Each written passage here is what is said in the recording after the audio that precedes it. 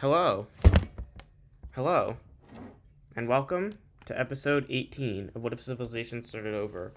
We're going to get right into it. This time we will be starting in West Africa, and a majority of the episode will be taking place in Africa, because West Africa is a theocracy that has a bite taken out of them. Because West Africa might look like a theocracy, but in reality, one guy will come to power, and you know what that means? That means it has corrupted itself. It is no longer a theocracy. It is now a dictatorship. They've conquered a lot of Saharan peoples, and they have a next target. And their next target up is this Saharan theocracy right here. But first, let's go to the religion layer, because some updates need to be made there. Okay, so there we go. The religion layer has officially been updated. This is what religion looks like in Africa. And these guys no longer care about being a red religion theocracy, so they're going to let these blue religion people stay. But what they do care about is getting rid of this desert country, so that's what they're going to be focusing on. And actually, you know what? No, they invented gunpowder. That's what makes them so powerful. I realize that should be a thing by now, right? It was invented in the 800s, but it didn't really see battle use until around the 1200s, which is where we are now. So yeah, they have gunpowder, and that allows them to easily breeze through this brand new green Saharan country, and it'll force them into surrender, and they will be fully annexed into West Africa, like so, and none of the surrounding countries will do anything. Then they've picked their next target, as Morocco is very weak and has a lot of land that is very sparsely under their control, and these guys have not only gunpowder, which lets them defeat any Moroccan armies there, but also elite soldiers who are capable of capturing the desert. So the desert is captured quite easily, and Morocco proper, they lose to the idea of gunpowder, as gunpowder is just such a powerful weapon that Morocco, like the Sahara country before it, is best in. Okay, yeah, Morocco has been best in. They are no longer a country. And now Western Sahara will continue their aggression, this time going for Libya, a country that no one really likes and no one will be there to defend. Libya's capital swiftly falls, and with that, the Libyan government surrenders, just like that. As their next West Africa is not done yet, as their next target is Sudan. And when they go for Sudan, someone will finally speak up for Sudan, as Ethiopia and I've never named this country, but it's called Kenya. Ethiopia and Kenya will start standing up for Sudan and basically put their foot down and say, West Africa, you will not take Sudan. And West Africa's yeah, right. And they start invasions of both of these countries. And surprisingly, they're winning at a war against 3 separate countries. They're winning against all of them. And it's not even particularly close, especially against Kenya, who has literally never fought a war before. They kind of fought against Ethiopia, but Ethiopia very quickly surrendered and then had a restoration. And Kenya's color is way too similar to West Africa. Give me a sec. We're just going to completely flip their color. Okay, there we go. Now you can actually see what's happening. As Kenya is doing very well. No, they're not doing very well. Sorry. As the gunpowder just basically allows West Africa to start just taking all of these cities. They capture the capital of Kenya, as well as all of the major cities, and the government is kind of just destroyed, as whatever remains of it will surrender. And this allows them to capture the capital of Ethiopia while their armies were still back here. And we have to go to the alliances layer, because something has to be done about this. A new alliance will be created. Kenya's kind of out of it. Actually, they've surrendered, so they probably would have been integrated by this point into West Africa. But a Blue Defenders Alliance will be created to combat West Africa's insane dominance. I mean, look how much they're winning by. And they're already the most powerful country in the world. They just beat out Russia this episode. But they were already number 2 last episode. But this episode they beat out Russia. And, I mean, they're probably twice as powerful as Russia at this point. And they seem unstoppable. These guys have made an alliance. And they will try to get other countries to join in on it. But for now, people are like, I don't really want to join in on this. I'd rather just, like, take my chances that West Africa doesn't invade me. But then something's going to change this as West Africa launches a surprise attack on Somalia, immediately taking their capital city and forcing their government into an early surrender. And unlike other countries, which kind of leave an occupation government, no, West Africa just immediately annexes any country that surrenders. This will goad a few more countries into joining. So, for example, Egypt will join the alliance, Carthage will join the alliance, and Rome will join the alliance. As they basically put their foot down and say, West Africa, you need to stop. Like, as of now, they're kind of just, like, contain West Africa. They don't even want to reverse West Africa's gains. But West Africa, obviously, is really powerful. They have gunpowder and no one else does. Although Rome is working on trying to create gunpowder. Their entire colony is taken and just fully annexed. But Rome stays in the war, which is interesting.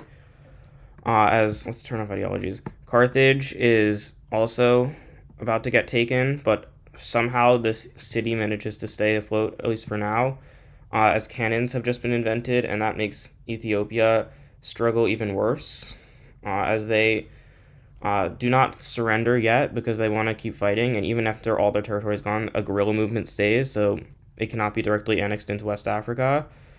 Sudan is next. Anyway, Egypt is also facing a massive invasion from the west, and just like massive. And when Sudan's capital is taken, there's like a massive, like, Sudan basically surrenders, unlike Ethiopia. So Ethiopia is still part of the alliance because they haven't surrendered, but more and more pressure is going to be put on the Ethiopian people as massacres are going to take place. So if we look at the religion layer, basically, the problem is that it's still the red religion. So I'm going to say there's actually a different sect of the red religion in West Africa. Like so. This is a different sect. And now this region is also going to be that sect. So you can imagine the horrible things that are being done there. But let's just say Ethiopia doesn't even have a population to resist anymore, as whatever they did have that was resisting has been brutally stamped out by their West African occupiers, and they have been removed from the alliance. And even worse than that, Carthage has fallen, but they will do the guerrilla strategy, so they will still be in the war. However, it doesn't look like things are going to go well, as South Egypt has their capital taken, and they're reduced to a very small territory, and Rome is offering moral support, but it doesn't seem like they will be able to help much. Fortunately, some new allies will join in, because they don't want this war to go that badly, so that involves Mesopotamia, Turkey, and Andalusia will now join in on the war. From West Africa's perspective, as long as they can keep making countries join in on the war, and their goal is to take over the whole world, so they pretty much won't stop invading and start defending, so that might be their downside. But as long as they can keep countries just joining in one by one, they can fight small forces and win, as they have fully occupied South Egypt and start moving into Mesopotamia, as they also launch an invasion of Andalusia and an invasion of Sicily, which goes swimmingly. But Rome has finally perfected the invention of gunpowder, and with this, they start shipping it off to their allies, and West Africa's momentum is going to start coming to a halt, as Mesopotamia is the first army to professionally start using gunpowder, and also the first one to score really any victories against West Africa, kind of halting them in their tracks outside of this city right here. Meanwhile, the Egyptian leader who was in exile has decided to surrender to spare his people, in the hopes that his country will be revived after this war, if West Africa is defeated, and the leader of Carthage has done the same. And that means that all of Africa is officially under West African control, even if you count the Sinai, because that's also under their control, just not directly annexed. Andalusia is not doing very well. They have gunpowder, but they're struggling to actually use it in an effective way, as things are going very badly for them. Fortunately, Spain at this point realizes they should probably be joining the alliance, and some more countries, including Arabia and Albania will also be joining the alliance. Basically, everyone just wants to get rid of West Africa and stop them from invading. But West Africa keeps taking countries out, so as long as they take countries out faster than countries join, they'll be fine. As their invasions of Mesopotamia and now Arabia as well are going pretty well, as although Mesopotamia has gunpowder, West Africa also has better trained armies. And they also have desert expertise, so they're going to be able to easily deal with Arabia in a way that no other country had been able to do so in the past. As they start encircling the Arabian capital. However, once again, Mesopotamia manages to pump the brakes on them, as Rome manages to make manages to free Sicily and then make a naval landing in Carthage, freeing the city. But obviously, Carthaginian government is still in exile in Rome and refuses to return because they're too scared. So Rome will be doing most of the work, but the Carthaginian population is happy to join them after what happened to them. Meanwhile, Andalusia is completely fallen as they lose their capital and surrender. And Spain will be provoked into the war as they start getting invaded. And at that point, they kind of have to join the war. They didn't really want to. They kind of wanted to sit it out. But now they kind of have to because they just got invaded. And some neutral countries will be like, why'd you just invade a neutral country? And so Croatia and Yemen will also join the war. And so now every country in the vicinity of West Africa is in on the war. And West Africa is like, maybe we shouldn't have invaded into Spain, but whatever. Also, Andalusia is no longer a country. But Spain has already had the gunpowder the whole time. So while they got surprise attacked, they're actually holding up really well as West Africa is starting to stretch itself too thin. Because a lot of this annexed territory still does have occupying forces in it. The capital of Arabia will fall, but the Arabian government will not stop, as Yemen will make a landing in Ethiopia. And the Ethiopian people, as well as the Somali people, will cheer them on. And there were just not enough occupying forces here or defending forces. They didn't expect Yemen to do this. And this ends up being a massive disaster for West Africa, who was actually pretty well cleaning up this area, but now they have to withdraw some forces from elsewhere in their empire. And that manages to go very well for them as they fully kick Yemen out of here and start basically destroying Yemen. And they get close enough to Oman that Oman's like, you know what, we're going to join this alliance as well. And they start sending help to Yemen, which slows down their advance into Yemen. However, it's not going to be enough, as the army has fully basically combined with the army in Arabia, as they're pushing both Yemen and Arabia eastward. And Mesopotamia is so well defending, but they can't actually attack. Rome goes on the offensive again, and this is one place where they're doing really well because the Carthaginian people just keep inviting the Romans in, and West Africa has expended a large amount of occupying forces here, as the Romans are starting to develop like cannons and stuff even better than the ones that the West Africans have, as the West Africans have kind of gotten complacent, as all of North Africa has kind of fallen to Rome. But will Rome revive Carthage if they have the ability not to after all of those Punic Wars? We shall see. Anyway, a massive joint French and Spanish force will start confronting West Africa and Iberia and start punishing them. But West Africa has some more tricks up their sleeve, as they twist the arm of Yemen into signing a surrender treaty. Basically, the Yemeni government got scared and decided to surrender. And with this, an invasion of Oman will commence, and it'll quickly take the tip of the UAE, as Oman will fully collapse and surrender very quickly. However, this might be the first mistake West Africa truly made. They made a few mistakes of like not developing their technology as much as they should, but those are like negative mistakes of like things they didn't do that they should have. This is something they did do that they shouldn't have. I mean, invading Spain you could argue, but honestly, it's not doing that badly for them. With this, Persia will join the war, Central Asia will join the war, and Russia will join the war. And this is what's going to officially change the tide of the war.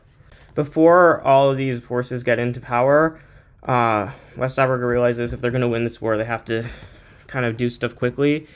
So they will start basically, first they put a lot of forces into Arabia, subjugating them, and Arabia kind of has to leave or just like surrender. I've got a lot of ideologies to erase. Yeah, this is kind of crazy. As they will force themselves as far into Mesopotamia as they can get, even taking some land from Persia, and threatening the capital of Mesopotamia. And in Spain, their armies will be motivated by this kind of threat as they push all the way up to the Pyrenees, taking the capital of Spain and keeping Spain only in this region, as a stalemate happens on this front. And in North Africa, the Carthaginians will start to lose motivation as the Romans are failing to make further gains as they get fully pushed off the continent. And right now, it looks like West Africa might actually still win against the coalition, but Central Asian troops are first coming down into Persia, and they don't have gunpowder yet, honestly, so it's not going to actually help. As Persia starts to get overrun and we can turn off alliances, their capital gets taken, and Persia, it looks like, might not stop this war, but Russia is using, Russia's also not using guns yet, and this could be really bad as Crete gets taken, Sicily gets taken, and even Cyprus gets taken, as it's realized that Turkey is using guns but very ineffectively, and a push is made into Turkey to try and knock them out of the war, as their most populated regions cave instantly because they were the regions that were oppressed by Turkey. And it looks like, despite the joining in of these 3 new countries, the war might still go West Africa's way as Turkey's capital falls, and soon the entire country, besides a very small area here that's being guarded by Russian troops, so besides basically Thrace, the entire rest of Turkey falls, but Turkey will not be forced to surrender because Thrace still have Thrace. And meanwhile, gunpowder starts being used by Central Asian troops who start reinforcing Persia and prevent the front line from going any further, as a lot of these front lines start getting stalemated. A failed landing attempt on Greece boosts Roman morale enough for them to retake Sardinia and Sicily, but not enough to go make another landing on Carthage, as the Balearics are finally taken after a ridiculously long naval war, and a naval invasion is made in this city right here as they try to surround the capital of southern France, but southern France will successfully push out West Africa, meaning that this entire war is one giant stalemate. And for like about a year, pretty much nothing changes on any of these fronts. This land has been directly annexed at this point. But something will finally change as West Africa actually gets the initiative back, finally being able to push into Mesopotamia and take their capital. And Mesopotamia is almost forced out of the war, but they still retreat to these 2 cities. But they have like a desire to specifically control all of Africa, and so, or all of the known land in Africa, and so they fully annexed the Sinai specifically from Mesopotamia, since they've controlled it for long enough that even without Mesopotamian surrender, they can do that. And West Africa is seeming to have the momentum once again, and they're going to use it as they launch an all-out attack on Russia, taking out Thrace and starting to move into Russian territory. A major naval battle in the Black Sea goes horribly for Russia as they lose most of their access to the Black Sea, and things are going very badly. But Central Asia is sending troops across the Caspian to aid Russia, and that helps them defend this city. But the capital of Russia is now under siege, as well as the old capital of Russia, which is the city that just got defended. Actually, no, this is the old capital of Russia, is about to be taken as well. Rome will send some troops to take Crete back, as well as to try helping out with Turkey. And now that all of Turkey is taken, it can be fully annexed and will be fully annexed. So if we turn on ideologies and alliances, Turkey has been fully kicked out as they have been fully annexed. However, these Roman troops are going to actually cause way more of a headache for West Africa than you might expect, simply because they are going to reopen the Black Sea and allow the Roman Navy to go into the Black Sea, absolutely crippling the West African fleet and forcing them to kind of withdraw from a large portion of this, so they're no longer nearly threatening Russia's capital nor their old capital. And this kind of was the first major defeat for West Africa. They've had minor defeats before, but that was the first major one. The navy they were using to defend Carthage is now getting split up, and that allows Rome to make a landing on Carthage yet again, as Spain manages to take this port city back and take their capital back with the help of some rebellions, as they then take back the Balearic Islands, and things are starting to crumble. But West Africa still has a trick up their sleeve, they call on the only other dictatorship in the world to help them, and the Netherlands will actually answer West Africa's call for help, as they will start an invasion into southern France. And this is going to be really big because, first of all, they're way more powerful than southern France already. But southern France will stop all aid to Spain and start trying to crush this rebellion, or this invasion, which won't even go that well. But Spain is about to get their butt kicked, basically, now that they don't have southern French troops, with the entire country falling almost like within a month, probably-ish. And immediately, Spain is surrendering, as one of the strongest allies has just fallen. But that was the last trick up West Africa's sleeve. They will not be able to pull any more tricks, so it's now, can they follow through on that victory and parlay that into a global victory, or will it all come crashing down? They've taken the second to last city in Mesopotamia, and if they can take the last city, they will successfully annex all of it. They've also cut the Caspian Sea in half, as there's not really that many navies here, but they'll start building ships here, which will force Central Asia and Russia to start building ships in the Caspian, so naval battles will probably go on there. Meanwhile, they've started to push Rome back with this new momentum they have. However, a massive army consisting of troops from Croatia, Albania, Rome, and Russia will all go here and basically start pushing these guys back. And I'm going to just color it all in one color. And West Africa will be very quickly pushed all the way out of Turkey by this massive army. This is the biggest army the world has ever seen. And West Africa has like probably 7 or 8 times as many as this army's troops in total. But they only had about double the number of troops that were actually stationed in Turkey. And it turns out that they weren't actually very motivated, whereas Roman troops were especially very motivated, as Carthage has kind of fully rebelled, and they're trying to get the Moroccan population to do the same thing. The dictatorship, or then this Scandinavian democracy will invade into the dictatorship, not as part of the alliance, just like on their own thing, and the dictatorship will basically just make a white peace with France, betraying West Africa. And that is the final nail in the coffin for West Africa, as they will not be winning this war. Because the dictatorship then has to defend against the democracy, and eventually they start winning, but eventually it's a stalemate and nothing actually changed on that front. But southern France is now pushing into Spain, and the Spanish people are welcoming them with open arms, as West Africa has had to recall a lot of troops to Turkey, which has let them make somewhat of a recovery over here, but not a nearly big enough one. Their entire Spanish army has just been massacred in like basically 2 battles that just went really badly. As things are really starting to fall apart now, seeing where the war is going, Pakistan will decide why not join the war just to get some free clout. The one last thing that West Africa does right is they finally finish off Mesopotamia and destroy their government, which means that a new government will have to be created. So that's like their last impact on the world, besides like, I guess, unifying a bunch of people. But no new countries will even need to join the alliance.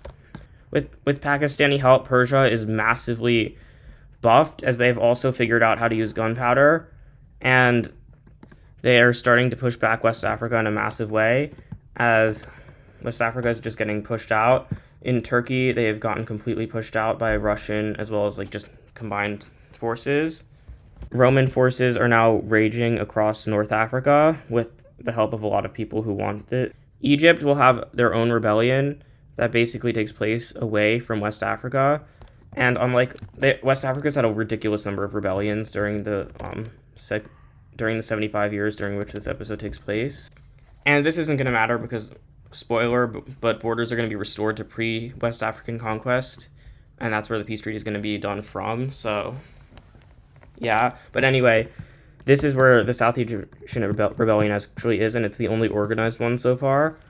But they and Roman forces will start invading into the Arabian Peninsula, being very successful, as they basically just start taking out West Africa's home territories. And Persia is starting to finally take some land. Russia is starting to take some land. Morocco has kind of fallen. The massive Ethiopian rebellion, which is also a Kenyan rebellion and a Somali rebellion and an Eritrean rebellion, but basically just a massive East African rebellion, will rebel away from West Africa.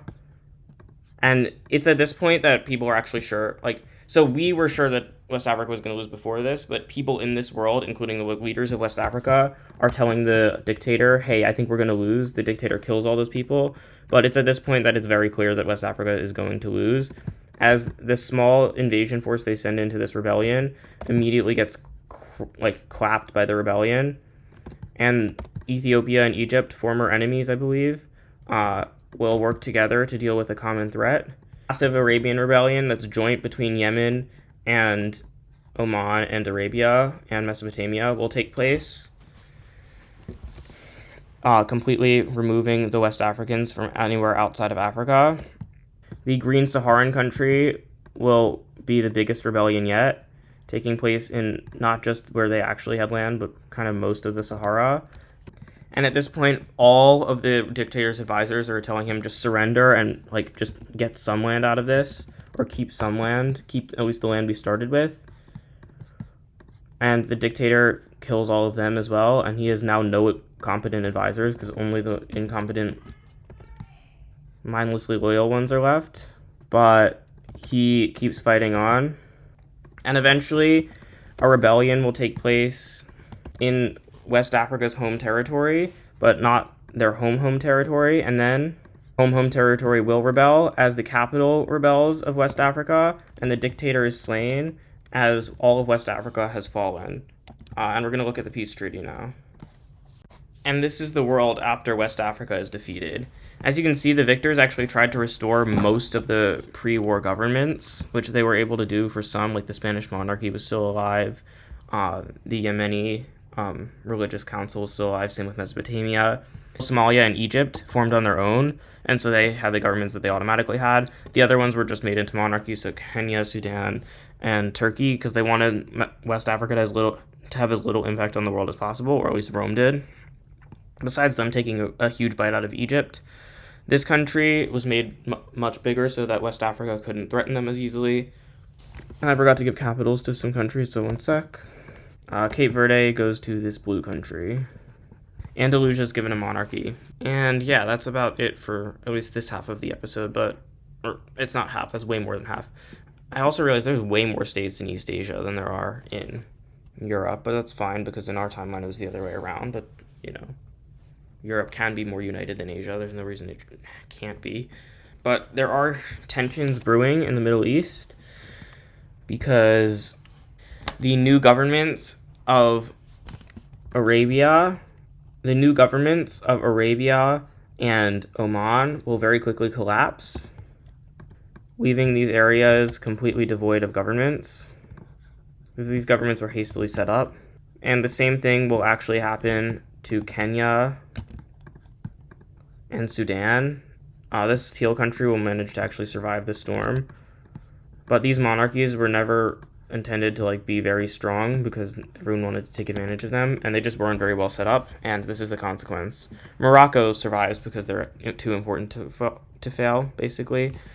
And then lastly, the Turkish government will collapse as well. And we will see the fallout of that in the next episode. Nothing has happened in East Asia, by the way. So anyway, thank you for watching, and I'll see you in the next one. Bye!